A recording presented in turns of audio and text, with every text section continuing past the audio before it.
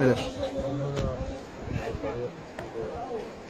شهداء سبايكر أو مغدوري سبايكر من الجريمة الأكثر دموية في العالم بهذا الطريق.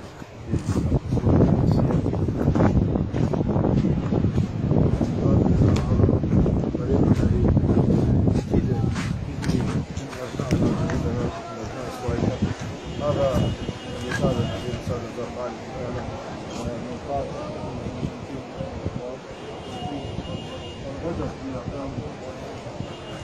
الى الان دماء ابنائنا لا زالت على هذه المساجد حتى عندما تجف.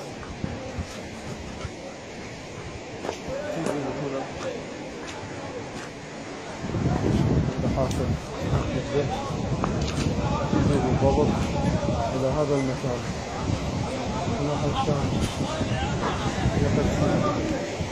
مجرمو تنظيم داعش الإرهابي، وهنا كانت راية التنظيم بالضبط. هنا كانوا الشباب ونكتب هنا هنا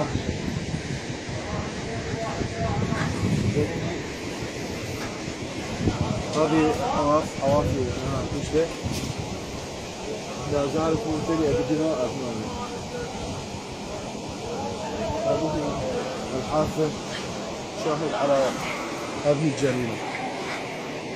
في الحقيقة أن دماء أبنائنا دماء سبايكر أخذت ثأر هنا حيث تم تحرير هذه المنطقة وحيث تجولت قطاعاتنا في تكريت، لكن الفرح هنا الفرح مصاحب بحزن ولوعة، ولم يكتمل صوت الفرح لأن دماء أبنائنا لا زالت على قارعة هذا الرصيف. ألا لعنة الله على القوم الظالمين، إنا لله وإنا إليه راجعون. الفاتحة على أرواح شهداء سبايكر.